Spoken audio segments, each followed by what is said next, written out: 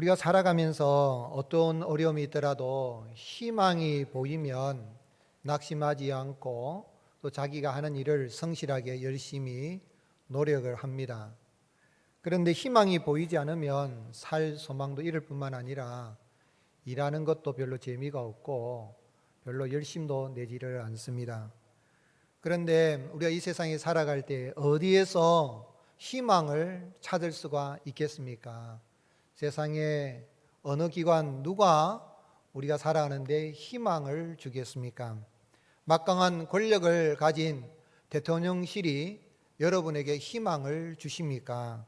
또한 법을 제정하는 국회가 우리에게 희망을 주고 있습니까? 또한 법을 집행하는 재판관들, 사법부가 과연 우리 인생들에게, 이 백성들에게 희망을 주고 있습니까? 뿐만 아니라 나라의 다음 세대를 교육하는 학교가 과연 우리 사람들에게, 백성들에게 희망을 주고 있습니까? 뿐만 아니라 우리의 손 핸드폰까지 날마다 이렇게 소식을 접하고 있는 사람들의 의식과 여론을 이끌어가고 있는 언론 기관들이 우리에게 희망을 주고 있습니까? 세상의 이러한 기관들은 막강한 권력을 가지고 있습니다. 막강한 힘을 가지고 그렇게 행사를 합니다. 권력과 무력과 지식과 정보와 인간관계의 이러한 힘들을 가지고 영향력을 미치고 있지만 과연 이러한 기관들이 우리에게 힘을 주고 있습니까? 그런데 오늘 우리가 주변에 많은 사람들이 보면 희망을 잃어버리고 절망 가운데 좌절하고 살아가고 있는 사람들이 많이 있는 것을 보게 됩니다. 그런데 오늘 말씀 제목을 저는 교회가 세상의 희망입니다 라고 했는데 여러분 생각은 어때요? 교회가 세상의 희망입니까? 예. 과연 이렇게 말씀을 드리면 이 제목을 보고 아이고 무슨 교회가 세상에 한국교회 지금 얼마나 타락했는데 라고 생각한 사람이 혹 있을지 모르겠습니다. 그런데 뭐 그렇게 생각하든 저렇게 생각하든 어쨌든 세상 사람들이 봤을 때 교회를 향하여서 뭐 손가락질을 하든 어쨌든 그래도 왜 교회가 세상의 희망이며 세상의 희망이 되어야 할까요? 그리고 또한 과연 어떻게 하면 절망 가운데 살아가기 쉬운 이 세상에 살면서도 어떤 상황 속에서도 내가 희망을 잃지 않고 열심히 노력하고 있으면서 행복한 삶을 살아갈 수가 있겠습니까? 오늘 읽을 말씀은 다윗이 레위 지파 가운데 고라 자손들이 24 반차에 따라서 하나님의 성전에 문지기로 섬길 사람들을 조직한 내용입니다. 1절에서 9절 말씀 우리가 읽었는데 보면 문지기 반차를 따라 구성되는 데 있어서 레위의 아들 가운데 둘째 아들 고앗 자손의 그 자손 가운데 고라 자손의 아들들이 무셀레마라든지 오벳 에돔의 그 자손들이 이제 하나님의 성전의 문지기로 섬길 것을 다윗이 조직을 한 것입니다. 그리고 10절에서 11절 말씀은 읽지 않았지만은 고앗 자손이 아닌 이 레위의 아들 가운데 무라리의 자손 중 호사의 자손들이 13명이 성전 문지기로 섬기도록 그렇게 조직한 내용입니다. 그런데 왜 여호와 하나님은 이스라엘의 왕인 다윗이 성전의 문지기까지 조직하게 하셨을까요? 생각해 보시기 바랍니다. 왕이 성전의 문지기까지 조직을 한다면 그 아래에 있는 신하들은 무슨 일을 해야 하겠습니까? 왕이 그래 할 일이 없어가지고 문지기까지 세우는 일을 간섭한다면 도대체 신하들은 무슨 일을 해야 되겠습니까? 예를 들면 군대에 가면 사단장이 있습니다. 투사 사단장이 있는데 사단장이 전방에 방문해가지고 소대장하고 또 선임하사가 하는 일까지 이래라 저래라 간섭을 하면 그러면 소대장이나 선임하사는 무슨 일을 해야 됩니까? 그런 이야기입니다. 왜 하나님은 성전 문지기 세우는 데 있어서 왕이 조직을 하게 한 것입니까? 그리고 또한 오늘 본문 말씀에서 과연 이 절망 많은 이 세상에 살아가면서 어떤 상황 속에서도 우리가 희망을 잃지 않고 살아가면서 행복한 삶을 살아갈 수 있는 길을 알 수 있겠습니까? 여호와 하나님께서 다윗이 하나님의 성전을 지킬 문지기들을 반차를 따라 24반열을 따라서 조직하게 하고 그 직무를 감당하도록 한 것을 역대기에 기록을 한 이유는 여호와 하나님만이 그를 경외하는 자들에게 복을 주시는 참 신이시라는 것을 알게 하기 위함인 것입니다. 오늘 사랑하는 성도 여러분, 복은 여호와 하나님만이 주십니다. 여호와 하나님 외에는 신이 없습니다. 세상에 생각으로 만들었던, 손으로 만들었던, 금으로 만들었던, 은으로 만들었던, 돌로 만들었던, 나무로 만들었던, 무엇으로 만들었던 인간이 만들어낸 신은 신이 아닙니다. 오직 여호와 하나님만이 그를 경외하는 자에게 복을 주시는 참 신이십니다. 역대기 기자는 여호와 하나님께서 그를 경외하는 자에게 복을 주시는 참 신이신 것을 깨달아 알게 하기 위해서 이 말씀을 기록한 것입니다. 오벳에돔의 가정에 하나님이 복을 주셨는데, 오벳에돔은 하나님께서 오벳에돔에게 그런 복을 주셨습니까? 4절 5절에 보면 오벳에돔의 아들들은 맏아들 스마야와 둘째 여호사밧과 셋째 여호와 넷째 사갈과 다섯째 느다넬과 여섯째 암미엘과 일곱째 이사갈과 여덟째 부올레데니, 이는 하나님이 오벳에돔에게 복을 주셨습니다. 그랬어요. 우리 역대기를 보면서 사람 이름이 나오면 그냥 이름만 쭉쭉쭉쭉 이야기하지, 첫째, 맏아들이 누구, 둘째째, 셋째, 넷째 이렇게 붙이지를 않습니다. 넷째 아들이라는 붙이지 않는데 이렇게 첫째, 둘째, 셋째, 넷째, 다섯째, 여섯째, 일곱째, 여덟째 하면서 이름을 놓고 하는 건 강조입니다. 자손이 번성했다는 이야기죠. 누가 복을 주셨어요? 여호와 하나님이 오벳에돔에게 복을 주셨다는 거예요. 어떻게 해서 오벳에돔이 복을 받았습니까?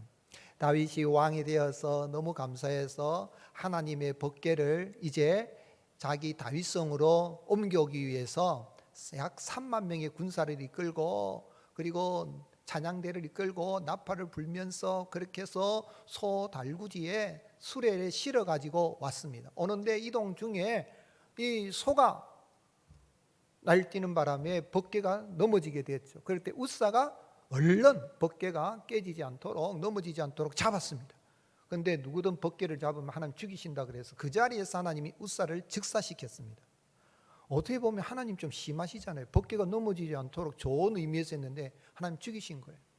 그래서 다윗이 깜짝 놀라서 저 하나님 법궤를 다윗성으로, 내 성으로 내가 옮기지 않으리라 하고는 이 법궤를 누구 집으로 옮겼습니까? 오벳에돔의 집에 옮긴 겁니다. 옮길 때에 하나님이 수레에 싣고 가니까 그랬구나. 법궤는 레위 자손 가운데 제사장들이 메고 가야 됩니다. 그래서 오벳에돔의 집에는 메고 간 겁니다. 역대상 13장에 보면 메고 오벳에돔이 갔는데, 생각해 보세요. 오벳에돔이 그 법궤를 자기 집에로 이렇게 가져가라 그랬을 때 어떤 생각이 들겠습니까? 아니, 저렇게 법궤를 보호하려는 우사도 죽였는데 자칫하면 우리 가문도 죽을 수도 있지 않겠는가, 내 아들들도 죽을 수 있지 않겠는가 생각하고, 안 됩니다, 나는 하나님 법궤를 안 맡으렵니다, 이렇게 말할 수 있잖아요. 그런데 오벳에돔은 법궤를 메어서 그의 집에 법궤를 이렇게 보관해 있을 때에, 지키고 있을 때에 하나님이 오벳에돔에게 복을 주신 것입니다. 역대상 13장 14절, 하나님의 괴가 오벳에돔의 집에서 그의 가족과 함께 석 달을 있으니라. 함께 읽으시겠습니다. 여호와께서 오벳에돔의 집과 그의 모든 소유에 복을 내리셨더라. 복은 하나님이 내리셔야 받는 것입니다.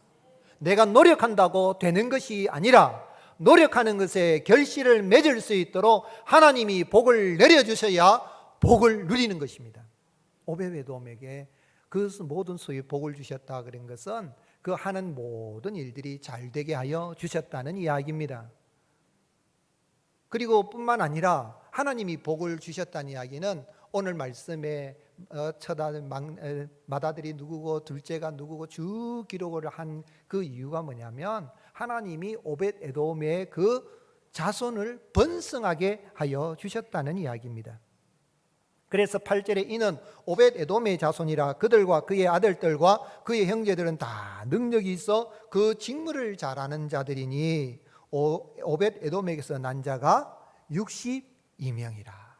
손자들까지 포함해서 그랬죠. 이 이야기는 하나님이 자자손손 번성하게 복을 주시고 그 소유에 복을 주시고 하는 일들이 잘 되게 하시고 또한 그 은혜 감사해서 오벳에돔이 하나님의 성전의 문지기로 지켜나갈 때에 그 문지기도 오벳에돔의 가문에서 13반열을 차지합니다. 24반열 가운데 오벳에돔의 집안이 13반열을 차지하니까 절반 이상을 차지하면서 성전 문지기로 있는 것이 좋다는 거예요. 하나님의 성전 문지기로 있는 것도 좋다. 그래서 시편 84편 우리가 잘 아는 시인데 여기 고라자손 오벳에돔의 그 가문이죠. 그들은 하나님의 성전의 문지기로 있는 것이 얼마나 복된 일인가 노래를 하였습니다. 시편 84편 10절에 주의 궁정에서의 한 날이 다른 곳에서의 첫날보다 나은즉 악인의 장막에 사는 것보다 내 하나님의 성전 문지기로 있는 것이 좋사오니 여호와 하나님은 해요 방패시라 여호와께서 은혜와 영화를 주시며 정직히 행하는 자에게 좋은 것을 아끼지 아니하심이니라. 오늘 여러분 하나님이 하나님을 경외하고 나갈 때 여호와 하나님은 그를 경외하는 자에게 믿음으로 하나님을 예배하고 섬기는 자에게 좋은 것을 아끼지 않고 번성케 하여 두시고 하는 일들이 잘 되게 하는 복을 주시는 참 신이신 것입니다. 아멘이십니까? 이스라엘 백성들이 바벨론 포로에서 돌아온 후에 어떻게 하면 그들이 복을 받고 나라가 부강한 나라가 될 것인가 하는 것이 숙제였습니다. 그런데 그 부강한 나라가 될 수 있는 길이 무엇인가 하는 것을 역대상하에서 밝히고 있는데 한마디로 여호와 하나님을 믿음으로 잘 경외하고 나가면 다윗이 하나님을 경외한 것처럼 문지기로 있으면서도 하나님을 경외했던 오벳에돔처럼 하나님을 경외하면 반드시 하나님이 자손이 번성하게 하고 잘되는 복을 주신다 하는 이야기입니다. 그 오벳에돔에게 줬던 복은 하나님께서 아브라함에게 약속하셨던 복입니다. 창세기 12장에 보면 내가 너로 큰 민족을 이루게 하고 내게 복을 주어 내 이름을 창대하게 하리니 너는 복이 될지라.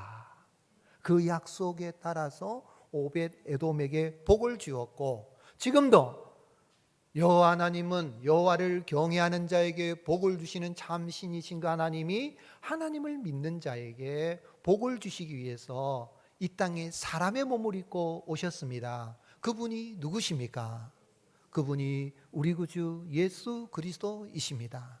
예수님이 왜 십자가에 달려서 그렇게 가시면류관을 쓰시고 양손과 발에 못이 박히고 창에 옆구리 찔려서 물과 피를 다 쏟으시고 우리가 받아야 할 저주를 예수님이 왜 대신 받으셨습니까? 그것은 아브라함의 복을 받도록 오벳에돔이 아브라함의 복, 하나님이 주시는 복을 누렸던 것처럼 하나님의 복을 받게 하기 위해서 예수님이 그렇게 고난을 당하신 것입니다.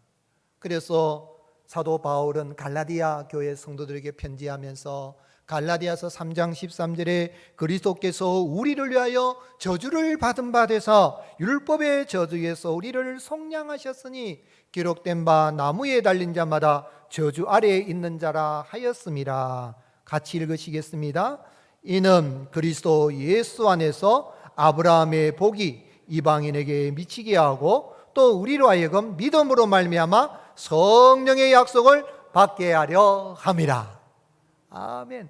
사랑하는 성도 여러분, 예수 그리스도를 믿으면 모든 율법의 저주에서 사망의 저주에서 해방이 될 뿐만 아니라 아브라함에게 약속하셨던 그 복, 오벳에돔이 받아 누렸던 그 복을 받아 누리게 하시는 은혜가 임하게 되는 것입니다. 그래서 바울은 예수님을 믿는 사람들이 세상 사람들이 사모하고 누리는 것보다도 비교할 수 없는 신령한 복을 받았다라고 하면서 하나님 앞에 찬송으로 영광을 돌렸습니다. 에베소서 1장 3절에 찬송하리로다 하나님 곧 우리 주 예수 그리스도의 아버지께서 그리스도 안에서 하늘에 속한 모든 신령한 복을 우리에게 주시되 곧 창세전에 그리스도 안에서 우리를 택하사 우리로 사랑 안에서 그 앞에 거룩하고 흠이 없게 하시려고 그 기쁘신 뜻대로 우리를 예정하사. 함께 읽으시겠습니다. 예수 그리스도로 말미암아 자기의 아들들이 되게 하셨습니다. 할렐루야. 내가 하나님의 아들이 되고 하나님의 딸이 된 게 신령한 복을 받은 것입니다. 하늘에 속한 신령한 복을 받았어요. 그렇기 때문에 하나님 아버지 안에 있는 모든 것을 받아 누리는 그런 복된 자로 거듭나게 된 것입니다. 교회는 하나님을 경외하는 자들에게 복을 주시는 참 신이신 여호와 하나님을 예배하고 섬기는 하나님의 나라입니다. 그런 의미에서 교회는 세상에 하나님의 복을 전하는 축복의 통로이며 세상의 희망입니다. 세상 어디에서 복을 누리는 삶을 사는 희망을 찾을 수가 있겠습니까? 하나님의 축복인 통로인 교회 외에는 없는 것입니다. 그런 의미에서 교회는 세상의 희망입니다. 오늘 세상 사람들이나 믿음이 없는 사람들은 그들의 눈으로 볼 때에 교회를 윤리 도덕적인 관점으로 보아서 교회가 타락했니 어쨌니 그래서 희망이 없다라고 말하지만은 분명 교회는 세상의 어떤 기관보다도 더 윤리적이고 도덕적이며 실제로 세상에서 가장 윤리적인 모임, 하나님의 나라가 교회입니다. 그러나 세상 어떤 기관보다도 윤리적이고 도덕적이라서 세상의 희망이 되는 것이 아니라 하나님을 경외하는 자에게 복을 주시는 참 하나님 여호와 하나님의 복음을 전하기 때문에 교회가 세상의 희망인 것입니다. 사랑하는 성도 여러분, 세상의 희망인 교회에 지체된 우리가 참으로 절망 속에 탄식하고 어디에 희망이 있는가 찾고 있는 사람들에게 하나님의 복음의 메시지를 전하여 저들을 구원하여서 하나님의 복을 누리게 할 뿐만 아니라 절망의 나라에서 희망의 나라로 인도하는 그런 복된 삶을 살아가는 저와 여러분이 되시기를 예수님의 이름으로 축복합니다. 그러면 이렇게 예수님 믿어 구원받고 하나님의 아들, 딸이 되고 참으로 이 하나님, 이 세상에서의 희망인 하나님의 이 교회의 지체가 되었다면 우리가 어떻게 살아드려야겠습니까? 성도는 세상의 희망인 교회를 하나님이신 능력으로 지키고 섬기는 사람입니다. 다윗은 하나님의 성전을 지키기 위해서 레위인들을 24반열로 나누었습니다. 역대상 23장입니다. 그리고 역대상 24장에 제사장들을 24반열로 나누어서 섬기게 했습니다. 그리고 25장에서는 찬양대 대원들을 24반열로 나누어서 섬기도록 조직했습니다. 24반열로 나눈 것은 1년 12달 365날을 모든 사람이 다 섬길 수가 없기 때문에 제사장이든 레위이든 찬양대원이든 조를 짜가지고 빈틈없이 하나님을 섬기도록 조직한 것입니다. 그런데 오늘 말씀에서는 이제 성전 문지기의 반차도 24반열을 따라서 조직을 했습니다. 역대상 23장 5절에 보면 소집된 문지기의 숫자는 4,000명입니다. 4,000명인데 그 4,000명 가운데서 문지기 반장, 문지기 대장으로 세움받은 사람이 누구냐면 바로 고라 자손입니다. 그리고 오벳에돔의 자손이죠. 고라 사람들은 자신들의 조상이 하나님이 세우신 모세와 아론을 대적하다가 하나님의 저주로 땅이 갈라져 죽는 그런 저주를 받았던 그런 이 가문이었습니다. 민수기 16장 9절 10절에 보면 그러나 하나님이 영원히 그들을 버리지 않고 그래도 하나님의 성전에 문지기로 세워주신다 생각하니까 너무너무 감사하면서 하나님이 우리에게 문지기의 사명을 감당할 수 있도록 힘을 주시면 우리가 성전을 잘 지키겠습니다 했는데 다윗이 그 문지기들의 이름을 쭉 열거를 한 거죠. 성전 문지기가 참 중요합니다. 어떻게 보면 제사장이라든지 또는 다른 직분에 비하면 찬양대 대원들처럼 직접적으로 하나님을 섬기는 그런 일들과 비교하면 천하다고 생각할지 모르죠.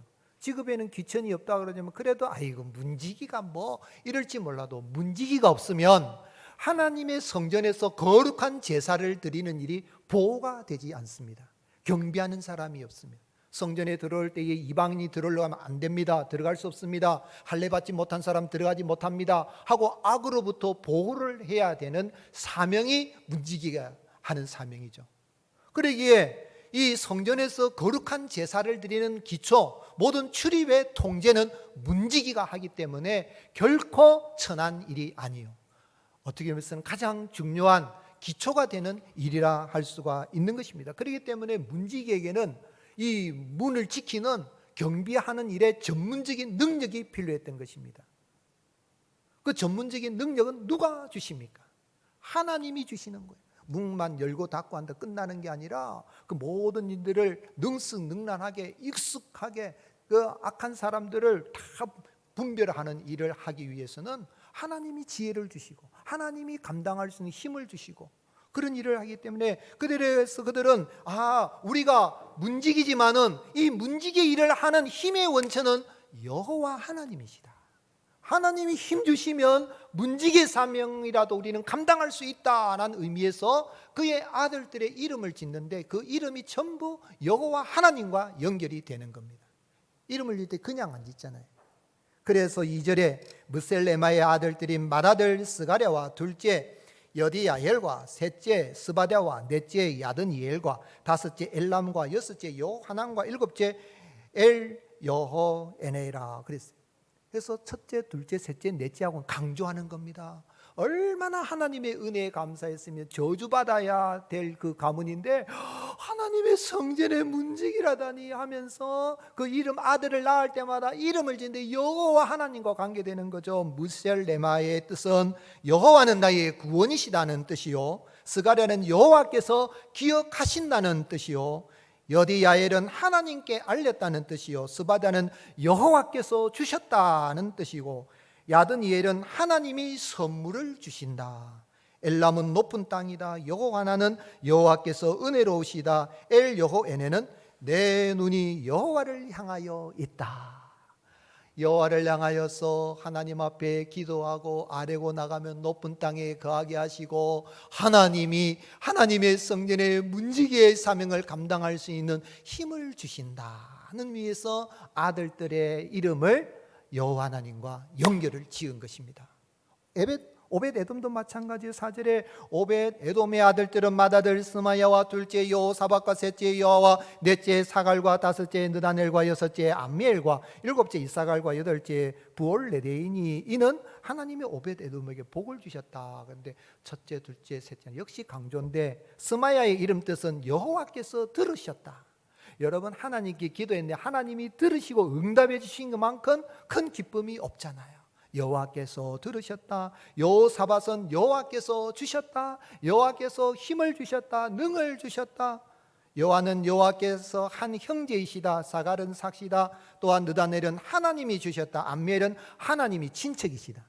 여러분 하나님이 친척이 돼 도와주시면 누가 맡겠습니까? 이사갈은 사꾼이다. 부올레데는 여호와의 보상이라는 뜻입니다. 이렇게 하나님께서 참 성전 문지기를 지켰는데 여호와 하나님 우리에게 힘을 주셔서 이 성전 문지기를 감당하게 하는구나, 하나님의 성전을 지키게 하는구나 하고 있는 거죠. 그래서 7절에 스메 아들들은 오드니와 느바엘과 오벳과 엘사밧과 엘사밧의 형제 엘리와 스마가는 능력이 있는 자라. 능력이 있다 그랬어요.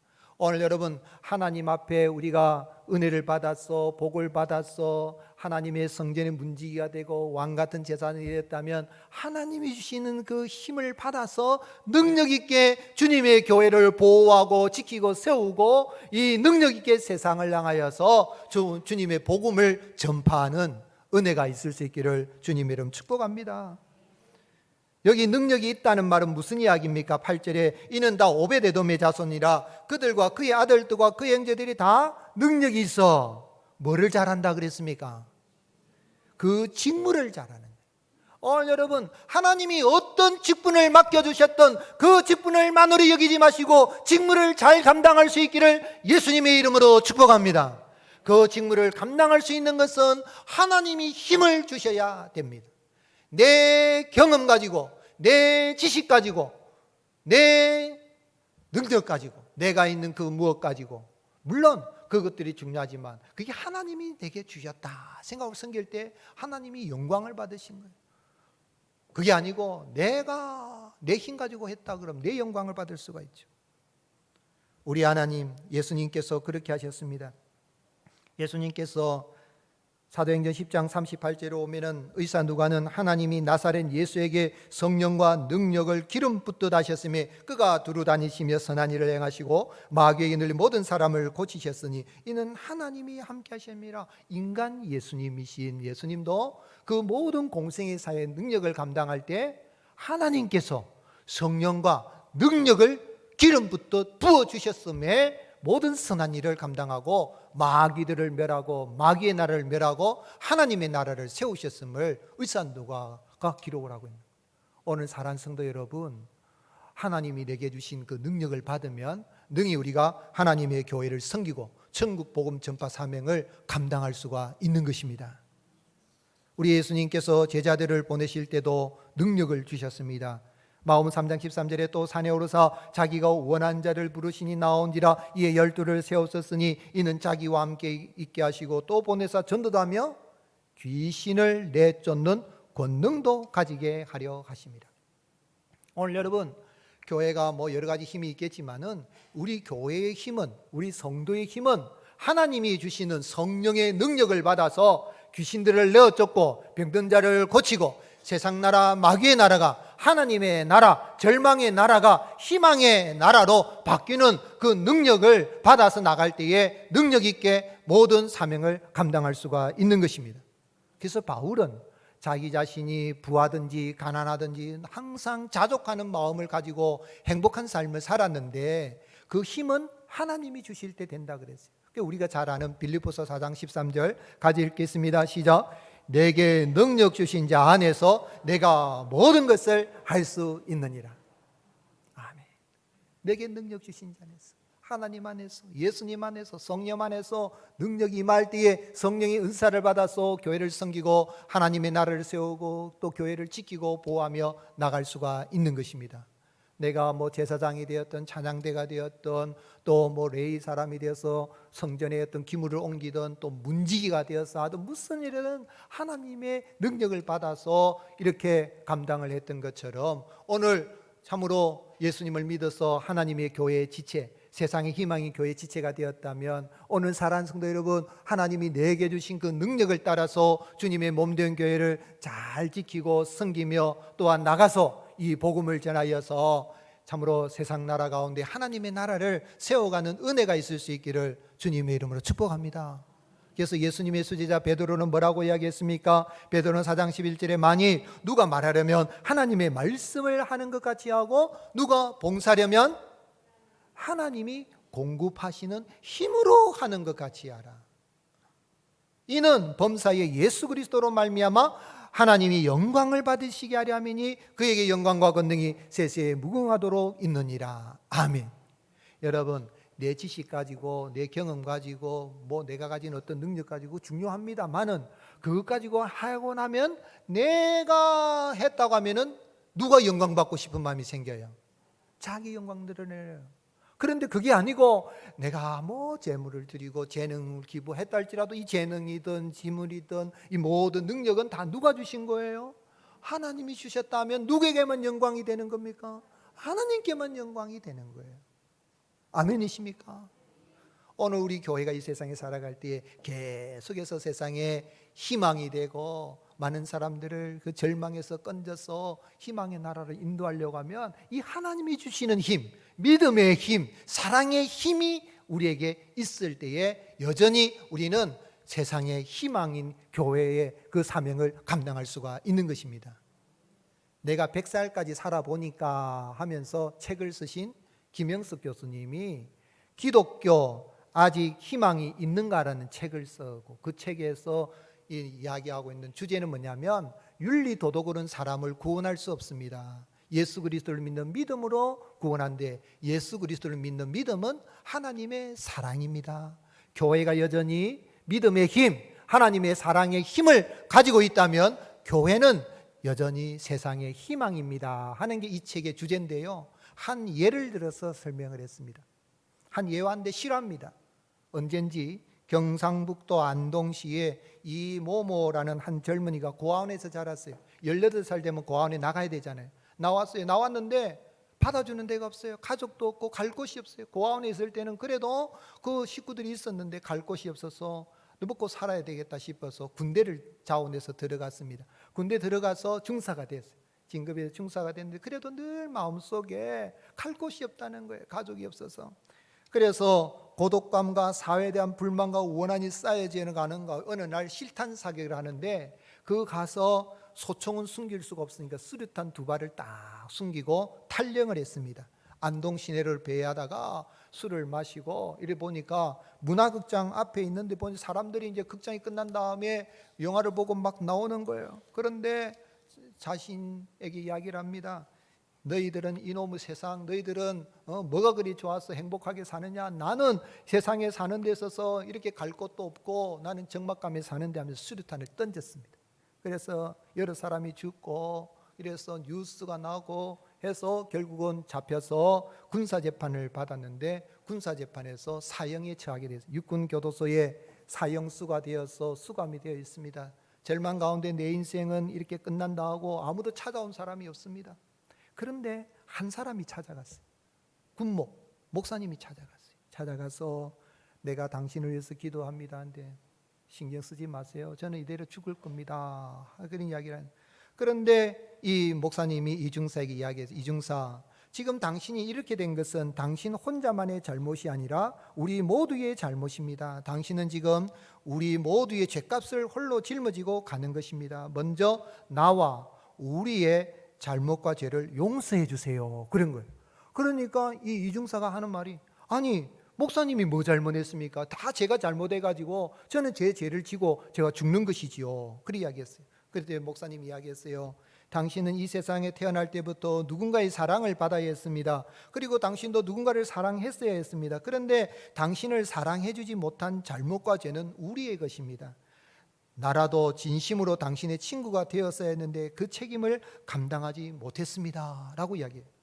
목사의 눈에서 눈물이 흐르니까 이중사가, 목사님 맞습니다. 저는 이 세상에 태어나 지금까지 누구의 사랑도 받지 못했습니다. 저도 누구를 사랑할 줄 몰랐습니다. 제가 진심으로 사랑하는 사람이 있었다면 그 사람을 위해서라도 이런 죄를 저지르지 않았을 것입니다. 그러나 이제는 모든 것이 끝났습니다. 저에게는 주어진 시간이 없습니다. 그랬더니 목사님이 이야기합니다. 이중사, 우리는 당신을 사랑하지 못했지만 과거에도 당신을 사랑하셨고 지금도 당신을 사랑하시며 앞으로도 당신의 영혼을 사랑해 주실 분이 있습니다. 이제 그분에게로 가십시다. 이중사가 말합니다. 그분이 누굽니까? 당신을 사랑하시는 하나님 아버지이십니다. 이중사가 생각하더니, 목사님 저를 그분에게 인도해 주십시오. 저는 갈 곳이 없지 않습니까? 하고 예수님을 구주로 영접하고 그때부터 교도소 안에서 이제 세례를 받고 성경을 읽고 이렇게 시간을 보냅니다. 결국은 사형 집행하는 날이 다가옵니다. 그래서 어느 날 이중사가 목사에게 이야기합니다. 목사님, 저는 이 세상에 태어나 한 번도 남을 위해 도움을 준 일도 없고 사랑을 나누어준 바도 없습니다. 제가 듣기로는 눈이나 신장과 같은 장기를 기증할 수 있다고 하는데 할 수 있는 대로 제 장기를 다 주고 가고 싶습니다. 목사님께서 좀 도와주십시오. 그렇게 이야기했어요. 군의관을 통해서 사정을 알아보니까 여러 경우를 알아보았습니다만은 이 군교도소에서는, 육군교도소에서는 사형을 할 때는 이렇게 총살로서 사형을 집행하기 때문에 다른 장기는 쓸 수가 없고 눈만 기증이 가능합니다. 그래서 얼마 후에 이중사 사형이 집행이 되는데 목사와 군의관이 입회한 장소에 이제 그럴 때에 이중사가 군의관에게 이야기합니다. 군의관님, 저는 육신의 눈은 뜨고 있었지만 마음의 눈은 뜨지 못했기 때문에 이렇게 큰 죄를 지고 갑니다. 제 눈을 갖게 된 사람은 육신의 눈도 뜨고 마음의 눈도 떠서 제가 못다한 사랑을 대신 나누어 달라고 부탁해 주십시오 하고 사형장 이슬로 사라졌습니다. 오늘 여러분, 김 교수님 그런 이야기를 합니다. 오늘 교회의 힘은 윤리 도덕적으로 세상보다도 훨씬 더 탁월하게 살아야 되겠지만 거기에 힘이 있는 것이 아니라 믿음의 힘, 하나님이 주시는 힘, 사랑의 힘, 복음의 힘을 가지고 있으면 여전히 교회는 세상의 희망입니다 라는 이야기를 하고 있습니다. 오늘 사랑하는 성도 여러분, 예수 그리스도로부터 받은 바의 그 힘을 가지고 주님의 몸된 교회를 세우고 세상의 절망 가운데 있는 사람들을 우리가 구원하여 희망의 나라로 인도하는 저와 여러분이 될 수 있기를, 그리고 교회를 주님이 주시는 그 힘을 따라서 잘 지키고 세워가는 저와 여러분이 되시기를 예수님의 이름으로 축복합니다.